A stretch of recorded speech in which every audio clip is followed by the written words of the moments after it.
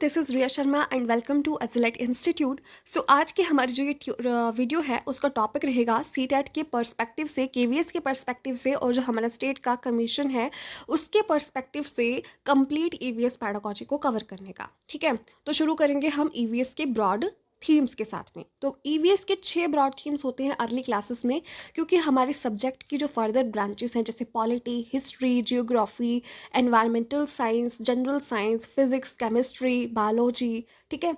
तो इन सब में डिवीज़न जो है वो अर्ली क्लासेस में नहीं हुआ होता है। इन सब को कोलैबोरेट करके जो है वो इंक्लूसिव पैडागॉजी का निर्माण किया गया होता है और हमारे पास में होती हैं 6 ब्रॉड थीम्स। ये 6 ब्रॉड थीम्स कौन कौन सी हैं? Family and friends number 1, number 2 पे आता है फूड, नंबर 3 पे आता है वाटर, नंबर 4 पे आता है शेल्टर, नंबर 5 पर आता है हमारे पास में ट्रैवल एंड नंबर 6 पर आता है हमारे पास में हम करियर वाइज क्या कर सकते हैं, यानी कि things we can make and do. ठीक है, या हम प्रोडक्शन कर सकते हैं किसी चीज़ की, या हम कोई स्किल सीख सकते हैं। तो उन सब चीज़ों के बारे में 6th थीम में दिया गया है। ठीक है, और इन्हीं से कनेक्टेड हमारे पास में सब थीम्स हैं, जैसे कि फैमिली में है रिलेशंस, ठीक है, वर्क एंड प्ले, एनिमल्स हो गया, प्लांट्स हो गया, फूड में है हंगर, टेस्टिंग, डाइजेस्टिंग, ठीक है, कुकिंग, प्रिजर्वेटिव टेक्निक्स हो गया। ठीक है, सो इस तरीके से हमारे पास में सब थीम्स हैं। तो इसमें जो है वो पूछा जाता है कि ब्रॉडर थीम ऑफ साइंस जो है वो ईवीएस का कौन सा है, और जो हमारे पास में सब थीम है इनमें से कौन सा है, तो आप इसमें से याद रख सकते हैं। ठीक है, नेक्स्ट बात करते हैं हमारे पास में पैडागॉजिकल पॉइंट्स को जिनका ध्यान में रखा गया है अर्ली क्लासेस में। ठीक है, तो एनसीईआरटी की अगर हम बात करें तो उसने एक अटेम्प्ट किया है कि हमारी अंडरस्टैंडिंग जो है वो हर एक थीम के साथ में अच्छी हो सके, बच्चों की अंडरस्टैंडिंग अच्छी हो सके, उसके एनवायरनमेंट को लेकर के डीप और इंटर रिलेटेड जो है वो थीम्स को बनाया गया है। उसके सब थीम्स भी उसी आधार पर जो है वो बनाए गए हैं। दूसरी चीज़ है कि हर एक थीम जो है वो कुछ एक क्वेश्चंस के साथ में शुरू होता है, जो कि प्रीवियस नॉलेज का टेस्ट करता है कि हमें पहले से क्या पता है, और एंड तक आते आते कुछ एक ऐसे क्वेश्चंस अराइज होते हैं जो कि हमारे अंदर क्यूरियोसिटी पैदा करते हैं कि हमारे चैप्टर में आगे हमें क्या जानने को मिलेगा। उसके अंदर बात करें तो इसमें gender, class, culture, religion, language और जियोग्राफिकल लोकेशंस, इन सब की जो डिफरेंसेस है उनको अच्छे से टैकल करने की ज़रूरत होती है टीचर को, अगर वो ईवीएस की क्लास को लेता है। और इन सब के समावेश से जो है वो सब्जेक्ट्स, थीम्स और उनके सब थीम्स जो है वो बनाए जाते हैं। अब बात करें इवैल्यूएशन की, तो इवैल्यूएशन को एनसीएफ के अनुसार जो है वो कंटिन्यूअस प्रोसेस माना गया है, जिसमें कि बच्चे का होलिस्टिक डेवलपमेंट का जो है वो क्या होगा, आकलन किया जाएगा। अब बात करते हैं मैप्स और डायरेक्शंस की, तो मैप्स और डायरेक्शंस के ऊपर जो है वो अक्सर क्वेश्चन पूछे जाते हैं कि कौन सा स्टेट जो है वो नॉर्थ में है, कौन सा स्टेट जो है वो साउथ में है, कौन सा ईस्ट में है, कौन सा वेस्ट में है। तो आप यहाँ से दिशाओं को देख सकते हैं कि ईस्ट कहाँ पे है, वेस्ट कहाँ पे है, नॉर्थ कहाँ पर है और साउथ कहाँ पे है। और इसी के साथ में जो प्रीवियस ईयर्स में पूछे गए क्वेश्चंस हैं, जैसे कि जम्मू कश्मीर कहाँ पे है, नॉर्थ में है, हमारे पास में ईस्ट में बे ऑफ बंगाल है, ठीक है, इंडियन ओशन साउथ वाली साइड को आता है, अरेबियन सी वेस्ट वाली साइड को आता है। तो इस तरीके से आप मेन मेन स्टेट्स को जो है वो देख लेना मैप से। अब बात करते हैं एनसीएफ की रिकमेंडेशंस की, ठीक है, जो कि उन्होंने ईवीएस की एजुकेशन को लेकर के दी हैं। ठीक है, तो सबसे पहली बात एनसीएफ 2005 में जो कही गई है वो ये है कि हमारे पास में चाइल्ड सेंटर्ड एजुकेशन हो, जो कि हमारी जो लाइफ आउटसाइड द स्कूल है उसके साथ में लिंक्ड हो, ताकि बच्चे जो है वो अपनी एजुकेशन के साथ में अपनी लाइफ को कनेक्ट कर पाएँ और नॉलेज को जो है वो बिल्ड कर पाएँ, कंफर्टेबल रहे क्लासरूम एनवायरनमेंट में, उनको कोई अलग सा माहौल वहाँ पर ना दिखे, उनको ऐसा ही लगे कि ये हमारी लाइफ का पार्ट है और हमारी लाइफ से रिलेटेड चीज़ें ही हम जो है वो अच्छे से बेहतर तरीके से यहाँ पर सीखेंगे। उनको नेचुरल एनवायरनमेंट देने की बात जो है वो एनसीएफ 2005 में कही गई है। कहा गया है कि हमारे स्कूल और कम्युनिटी, यानी कि स्कूल, होम और कम्युनिटी के बीच में जो गैप है उसको ये फिल करेगी। ठीक है, ये डिस्करेज करती है हमारे पास में बुकिश और साथ में रोट लर्निंग को। ठीक है, इसकी बजाय वो मीनिंगफुल लर्निंग को प्रमोट करती है। ठीक है, अब बुकिश नॉलेज को और रोट लर्निंग को किस तरीके से वो करती है, डिस्करेज करती है, यानी कि रिसर्च को जो है वो फोकस करती है और साथ में बच्चा जो है वो खुद से नॉलेज को कंस्ट्रक्ट कर पाए उसके ऊपर जो है वो मेनली बेस्ड है, ना कि बुक में जो है वो रटा रटाया जो हमारे पास में डेफिनेशंस होती हैं उनको, उनके बिल्कुल ही अगेंस्ट है। अब बात करते हैं टेक्स्ट बुक की, तो टेक्स्ट बुक भी जो है वो हमारे पास में रोट लर्निंग को डिस्करेज करती है, और इसीलिए इसमें एजुकेशन और हमारे जो लेसन्स हैं वो इस तरीके से फ्रेम होते हैं जो कि चाइल्ड सेंटर्ड अप्रोच के ऊपर बेस्ड होते हैं।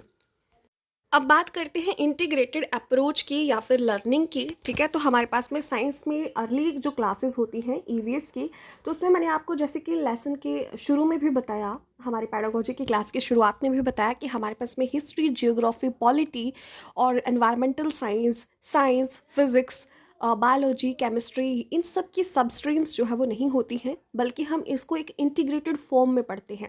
और इसके पीछे विचार लिया जाता है कि बच्चे जो है वो होलिस्टिक मैनर में सीखते हैं, ना कि वो कंपार्टमेंटलाइज करते हैं टॉपिक्स को, ठीक है।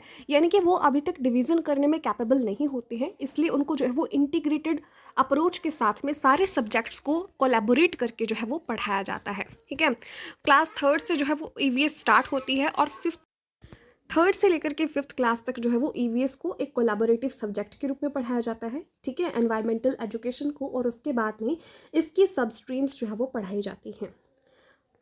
और फर्स्ट और सेकंड क्लास में इस सब्जेक्ट को जो है वो नहीं रखा गया है, क्योंकि वो उनकी एक बेसिक स्टेज होती है जिसमें कि उनको लैंग्वेज की लर्निंग जो है वो उनका मेन फोकस होता है, और बच्चे जो है वो इतनी ज़्यादा समझ जो है वो अभी तक नहीं रखते हैं, ठीक है।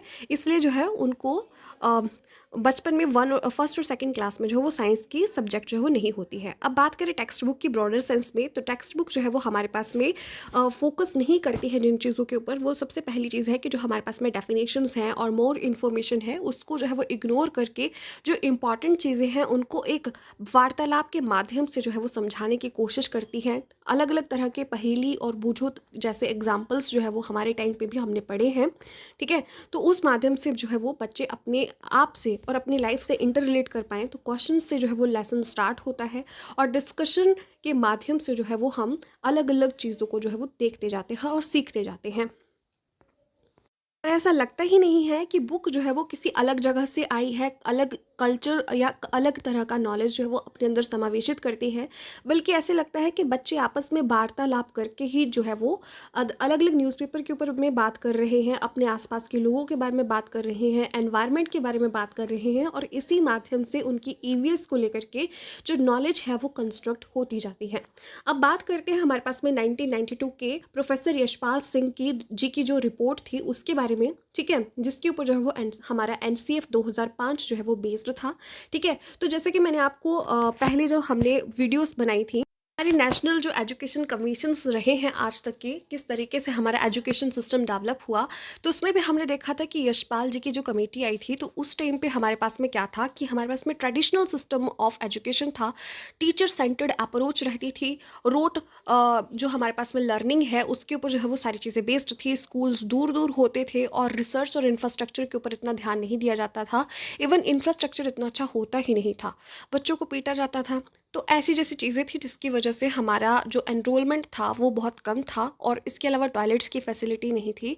वुमेन एजुकेशन भी इस तरह से जो है वो हमारी अच्छे से अकम्प्लिश नहीं हो पा रही थी। उन सब खामियों को देखते हुए प्रोफेसर यशपाल जी ने हमारी जो एजुकेशन को लेकर के रिजिडिटी थी उसको कंट्रोल करने को, उसको ख़त्म करने के लिए कहा गया था। और उन्होंने कहा था कि हमारा जो टाइम टेबल है वो फ्लेक्सिबल हो, जिसमें कि अदर एक्टिविटीज़ के लिए जो है वो हमारे पास में टाइम हो, बच्चा अपने एनवायरनमेंट से सीख सके, चाइल्ड सेंटर्ड हमारी अप्रोच हो। और इन सब बातों को एनसीएफ 2005 में अपनाया गया, और लेसर द बर्डन जो है वो कॉन्सेप्ट लाया गया, ताकि हमारे पास में जो डेली टाइम टेबल है वो फ्लेक्सिबल हो, बुक्स जो है वो भारी भरकम इतनी ज़्यादा ना हो, और हमारे पास में जो एक्चुअली हम डिवोट करते हैं टीचिंग के लिए डेज, वो भी जो है वो पहले से ही फिक्स्ड हों। हमारा जो पुराना माध्यम था इवैल्यूएशन करने का वो भी ख़त्म किया जाए, और नया जो मेथड हो वो नई टेक्स्ट बुक्स के हिसाब से हो, ठीक है। यानी कि बच्चे का जो होलिस्टिक डेवलपमेंट का आकलन करे, ऐसा हमारा जो है वो इवैल्यूएशन सिस्टम होना चाहिए। इन्होंने हायर प्रायोरिटी दी और हायर स्पेस दिया किस चीज़ के लिए, कि बच्चे जो है वो आपस में डिस्कशन के माध्यम से सीख सके, एक्टिविटीज़ करके सीख सके, उनको प्रश्न करने का अधिकार हो, और वो हैंड्स ऑन एक्सपीरियंस के माध्यम से खुद से जो है वो नॉलेज को कंस्ट्रक्ट कर सके। हॉट्स की डेवलपमेंट हो, यानी कि हायर ऑर्डर थिंकिंग स्किल्स की डेवलपमेंट हो, ठीक है। जो हमारी टेक्स्ट बुक्स हैं वो चाइल्ड सेंटर्ड हो, और जिसमें कि लॉट ऑफ स्पेस हो, ताकि वो अपने आउटर वर्ल्ड को भी एक्सप्लोर कर सकें, उसके साथ इंटर रिलेट कर सकें, और उसको रोट करने के बजाय समझ सकें, ठीक है। अब बात करते हैं हमारे पास में क्वेश्चंस की, जो कि प्रीवियस ईयर पेपर्स में जो है वो हमारे पास में साइंस से रिलेटेड पूछे गए हैं। सबसे पहला क्वेश्चन है, निम्नलिखित में से कौन सा वर्तमान पाठ्यक्रम में ईवीएस के 6 व्यापक विषयों में से एक नहीं है। तो शुरू में हमने 6 ब्रॉडर थीम्स किए थे, ठीक है। तो आपके पास में ऑप्शंस हैं आश्रय, चीज़ें जो हम बनाते हैं, खेल और काम, और खाना, ठीक है। देखिए हमारे पास में आश्रय की ऑप्शन नंबर 4 पे थी, शेल्टर था, ठीक है। Things we can make and do sixth option थी, हमारे पास में सिक्स्थ थीम था। इसके अलावा हमारे पास में भोजन, फूड जो है वो हमारे पास में दूसरी ऑप्शन थी।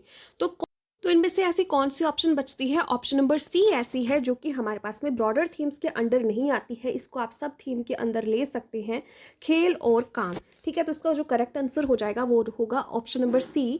ये जो है वो हमारे पास में 6 व्यापक विषय जो है हमारे ईवीएस में इंक्लूडेड उसमें नहीं आते हैं। नेक्स्ट क्वेश्चन है हमारे पास में, in EVS themes have been proposed instead of topics in the syllabus, why, ठीक है। तो उन्होंने बोला है कि हमारे पास में जो ईवीएस का सब्जेक्ट है उसमें टॉपिक्स को इंट्रोड्यूस करने की बजाय, ठीक है, थीम्स को इंट्रोड्यूस किया गया है। इसके पीछे कारण क्या है? सबसे पहला ऑप्शन है to enhance the environmental comprehension of the learners, यानी कि शिक्षार्थियों की पर्यावरणीय समझ को बढ़ाना, ठीक है।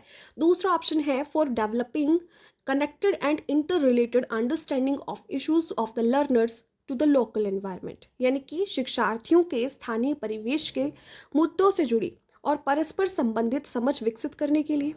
तीसरा ऑप्शन है theme based EVS transaction is easy as compared to the topics, यानी कि थीम आधारित ईवीएस लेन देन विषयों की तुलना में आसान है।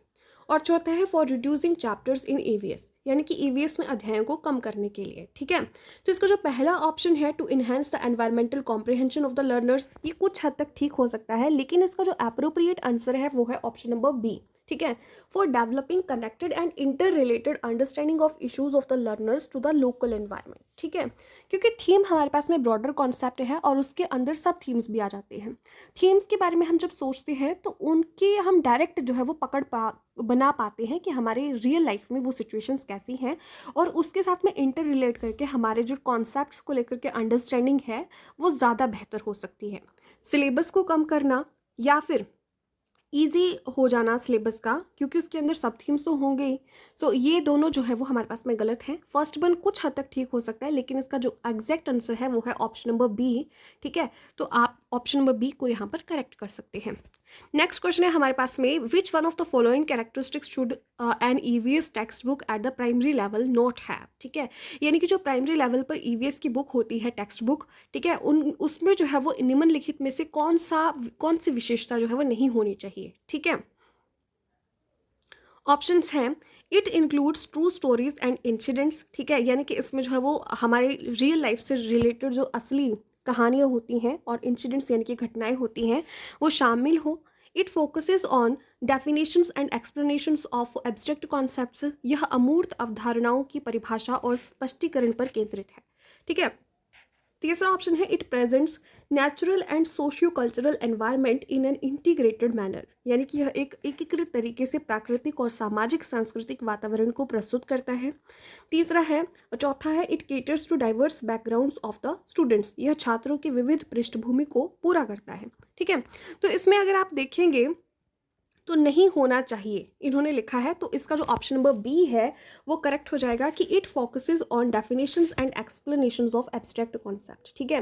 तो हमने अभी अभी एनसीएफ 2005 के बारे में पढ़ा कि उसमें क्या कहा गया है कि हमारा जो सिलेबस है वो जो सटीक डेफिनेशंस हैं या तथ्य आधारित बिल्कुल भी नहीं होना चाहिए, वो रियल लाइफ के अंडरस्टैंडिंग के ऊपर जो वो बेस्ड होना चाहिए, ठीक है। यानी कि रोट मेमोराइजेशन को ये कट डाउन करता है। तो इसका ऑप्शन नंबर बी जो है वो करेक्ट हो जाएगा कि प्राइमरी लेवल पर जब हम टेक्स्ट बुक बनाते हैं तो उसमें जो हमारे पास में डेफिनेशंस और एक्सप्लेनेशंस ऑफ एब्स्ट्रैक्ट कॉन्सेप्ट्स हैं ये जो है वो नहीं होना चाहिए।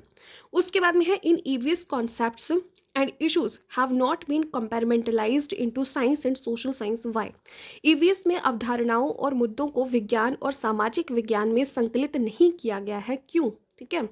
ऑप्शंस है, the child looks at her his environment in holistic manner, ठीक है।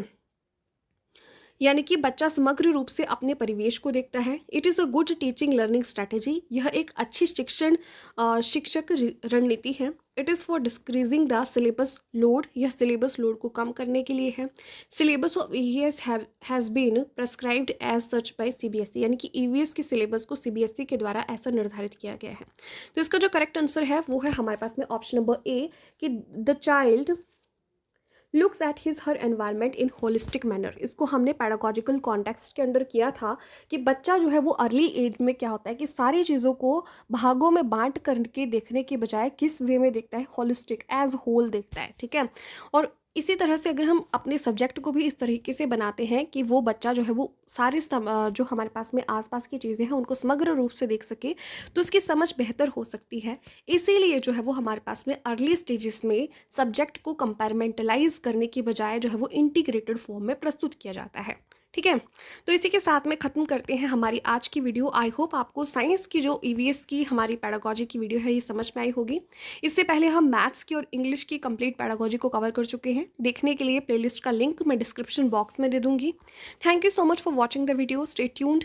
अगर पसंद आई वीडियो तो लाइक करें, सब्सक्राइब करें, शेयर करें अपने फ्रेंड्स के साथ में। Thank you so much, bye bye.